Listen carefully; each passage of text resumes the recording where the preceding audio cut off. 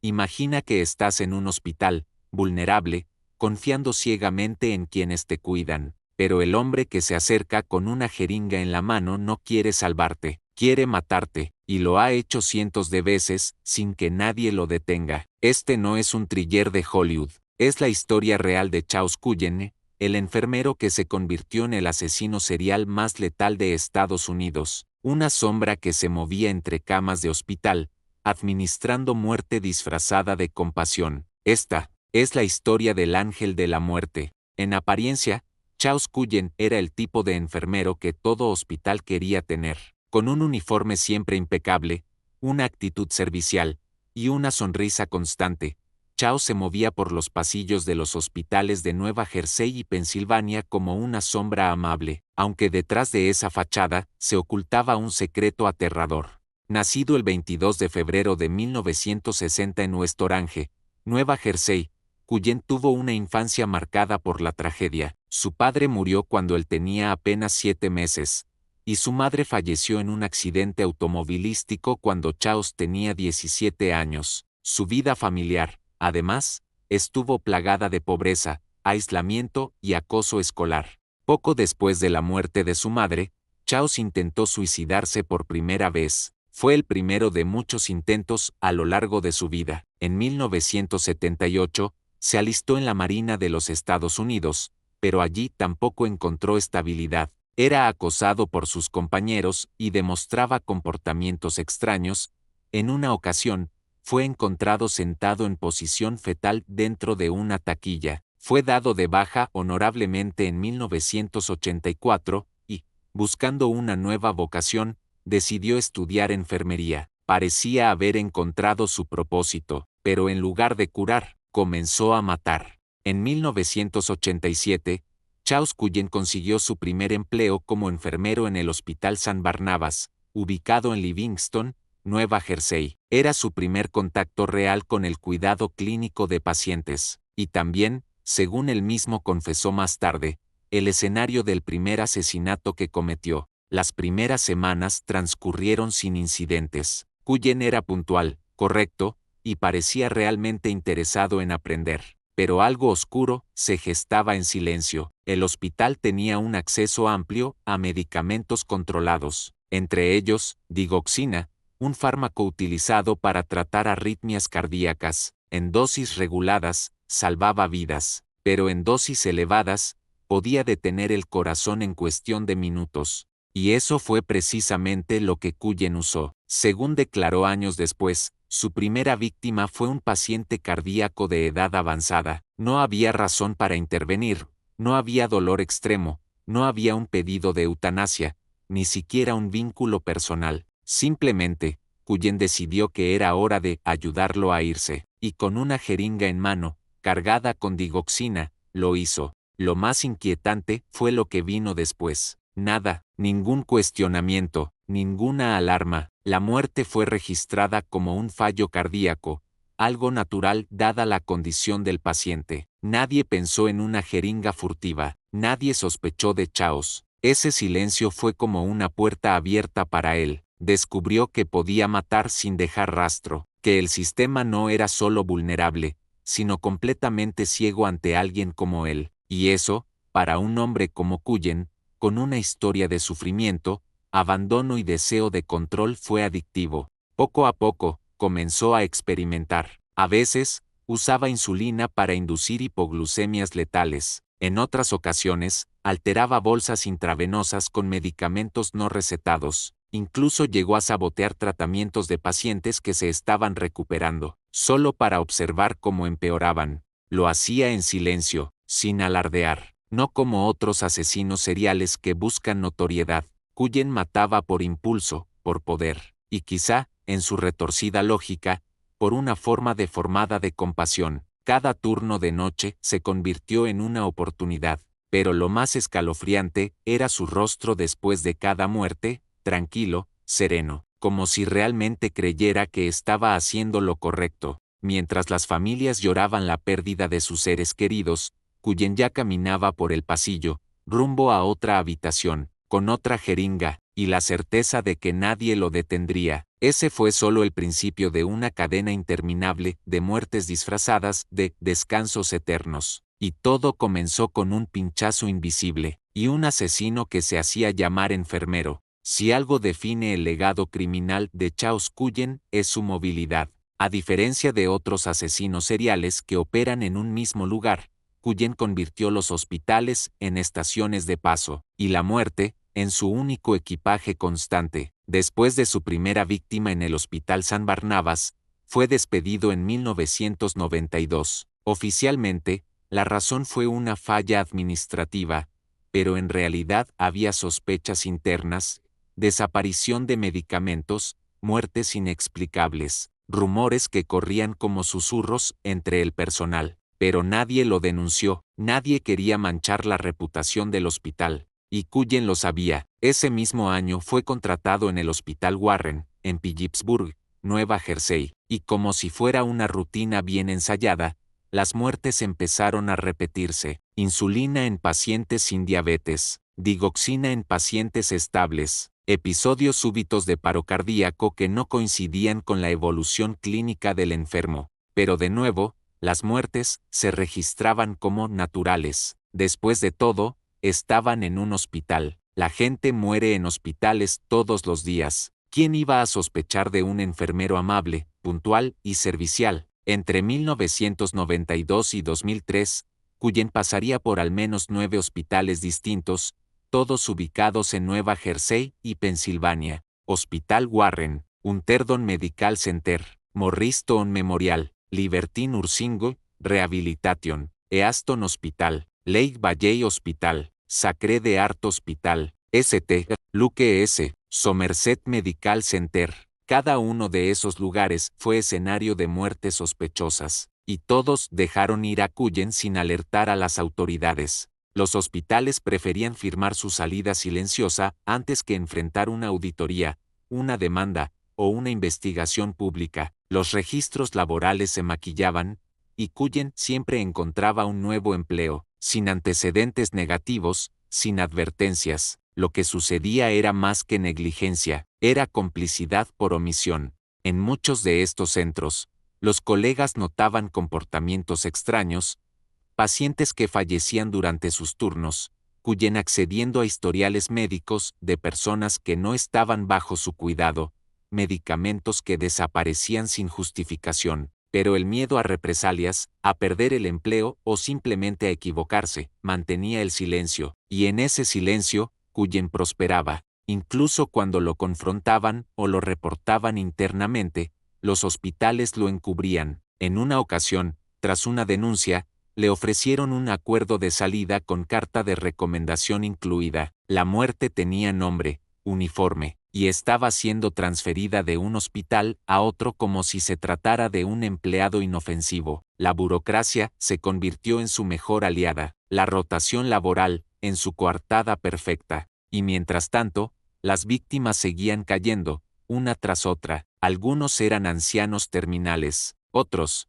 pacientes jóvenes con posibilidades de recuperación. Cullen no tenía un patrón claro, solo un impulso: matar, y un sistema de salud tan fragmentado, tan falto de supervisión real, que le permitía hacerlo sin freno alguno. La pregunta no era ¿por qué lo hacía?, sino ¿cómo es posible que nadie lo detuviera? Y la respuesta, tristemente, es que nadie quiso verlo, hasta que ya era demasiado tarde. Una de las cosas más desconcertantes del caso de Charles Cullen es cómo logró mantener durante años la apariencia de ser un enfermero entregado, casi vocacional. En los registros de evaluación interna, aparecía como un empleado comprometido, dispuesto a cubrir turnos difíciles, tranquilo con los pacientes y con buena relación con sus colegas. Pero debajo de esa superficie, habitaba algo más oscuro, un abismo moral en el que Cullen se colocaba por encima de la vida y la muerte. Se creía juez, jurado y verdugo, y lo más escalofriante,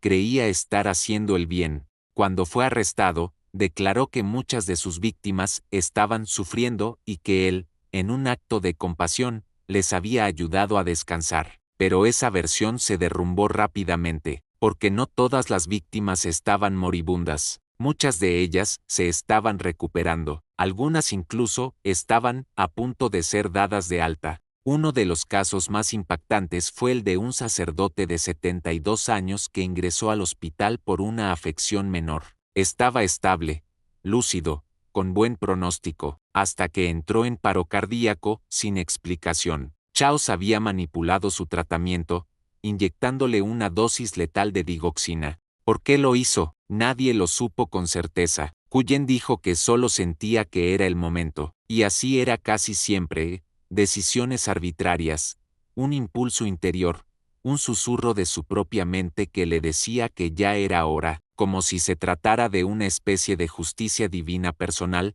donde él era el ejecutor de un destino que solo él entendía. A veces mataba porque sentía que el hospital estaba saturado, otras, porque creía que un paciente no tenía calidad de vida. Incluso confesó haber matado por rencor hacia los médicos que, según él, no trataban bien a los pacientes. En su lógica torcida, Cullen se sentía un redentor, un libertador del sufrimiento. Pero, ¿cómo se define sufrimiento cuando la víctima ni siquiera sabe que está por morir?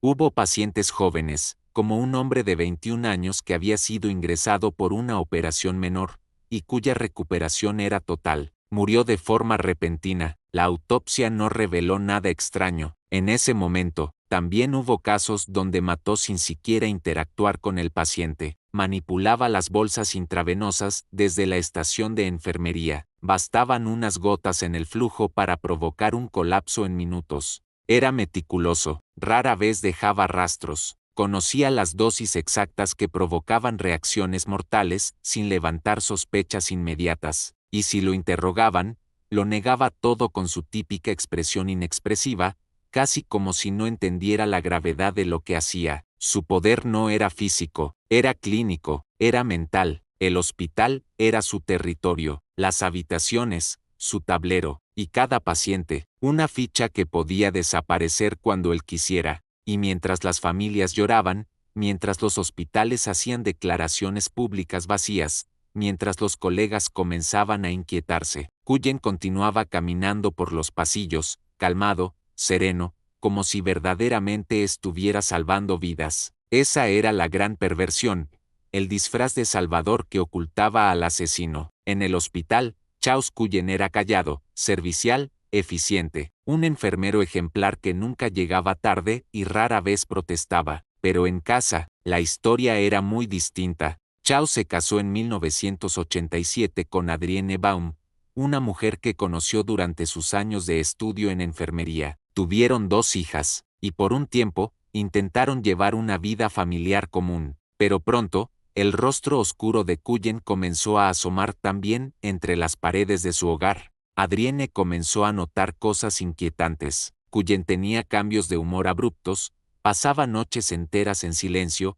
mirando fijamente al techo o encerrado en el baño. Había días en los que desaparecía durante horas y no daba explicaciones, y cuando ella le preguntaba algo, él respondía con monosílabos, o con amenazas pasivas. Uno de los episodios más perturbadores fue cuando envenenó los peces de su propia hija porque el ruido del acuario lo molestaba. Sin una pizca de remordimiento, vació productos químicos en la pecera y, cuando su hija lloró al verlos muertos, Cullen simplemente dijo, así están mejor, ahora no sufrirán. Era un comportamiento extraño, cruel y completamente desconectado de las emociones básicas.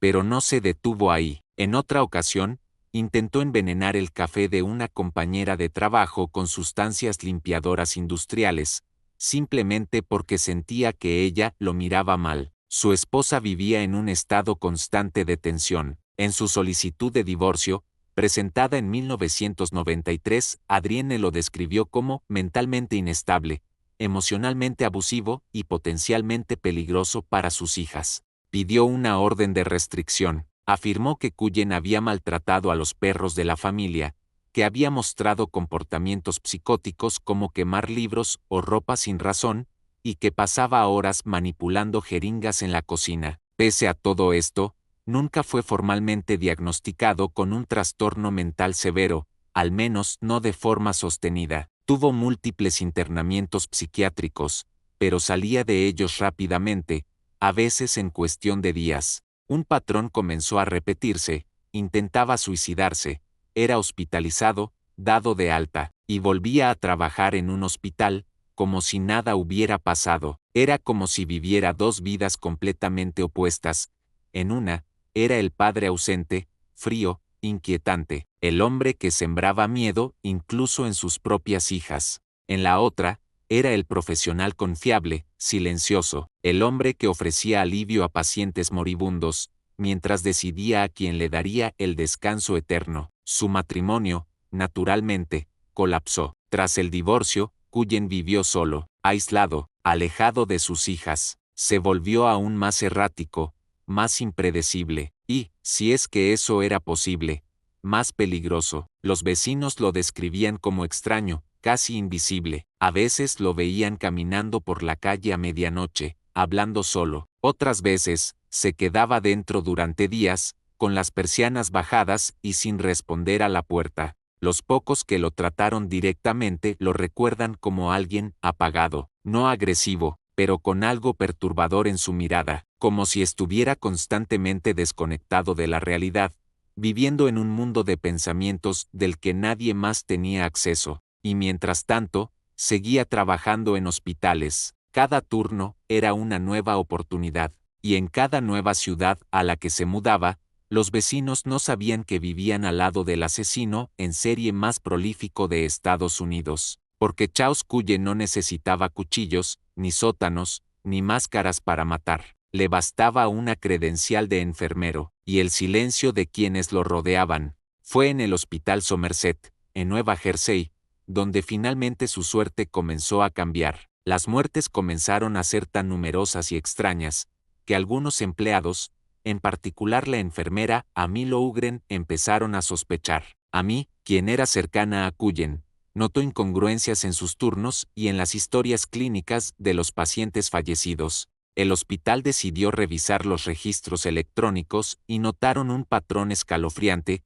Cullen accedía a historiales de pacientes que no estaban bajo su cuidado. Justo antes de que murieran, las autoridades fueron alertadas. Por primera vez, alguien estaba dispuesto a investigarlo seriamente. Cuando la policía comenzó a interrogarlo, Cullen no se mostró sorprendido. Al principio, negó todo, pero la presión se intensificó. Sabían que tenían que convencerlo de hablar, y quien logró ese avance fue Amy, su amiga y colega. Durante un encuentro grabado con micrófono oculto, Amy lo confrontó directamente. Cullen, visiblemente afectado, comenzó a derrumbarse. Poco después, confesó, dijo haber matado a al menos 40 personas, aunque los investigadores creen que el número real podría superar las 400. Sus confesiones revelaron una pesadilla oculta, hospitales encubridores, sistemas de control fallidos, y un asesino serial operando sin obstáculos durante más de 15 años. En marzo de 2006, Charles Cullen fue condenado a 11 cadenas perpetuas consecutivas sin posibilidad de libertad condicional. Aceptó colaborar con la fiscalía a cambio de evitar la pena de muerte. Durante el juicio, las familias de las víctimas escucharon sus confesiones con horror. Algunos lloraban, otros solo querían entender por qué. Cullen, por su parte, parecía ausente, indiferente, hasta que uno de los familiares gritó, «¡Monstruo!». Entonces, por primera vez, su rostro se transformó. Cuando el juez dictó sentencia, declaró, «Ha cometido crímenes que hielan la sangre. Es usted un asesino en serie disfrazado de sanador». Los expertos aún debaten qué motivó a Charles Cullen. ¿Fue una enfermedad mental? ¿Un narcisismo disfrazado de compasión? ¿Un deseo enfermizo de controlar? Algunos psicólogos lo definen como un hombre profundamente perturbado, con un deseo compulsivo de intervenir en las vidas ajenas. Otros creen que desarrolló una especie de complejo de Dios, convencido de que él sabía quién debía vivir o morir. Lo cierto es que Cullen aprovechó su rol para ejecutar su sadismo encubierto por años, y el sistema, con todos sus vacíos, lo permitió. Tras su arresto, múltiples hospitales enfrentaron demandas millonarias por encubrimiento. Se impulsaron reformas en los protocolos de contratación y vigilancia de personal médico, Se creó incluso una base de datos nacional para rastrear el historial laboral de enfermeros, pero muchos creen que estas medidas llegaron demasiado tarde. Charles Cullen es hoy considerado uno de los asesinos seriales más prolíficos de la historia moderna. No usó cuchillos, ni armas, usó una jeringa y una sonrisa. Su historia es un recordatorio brutal de que, a veces,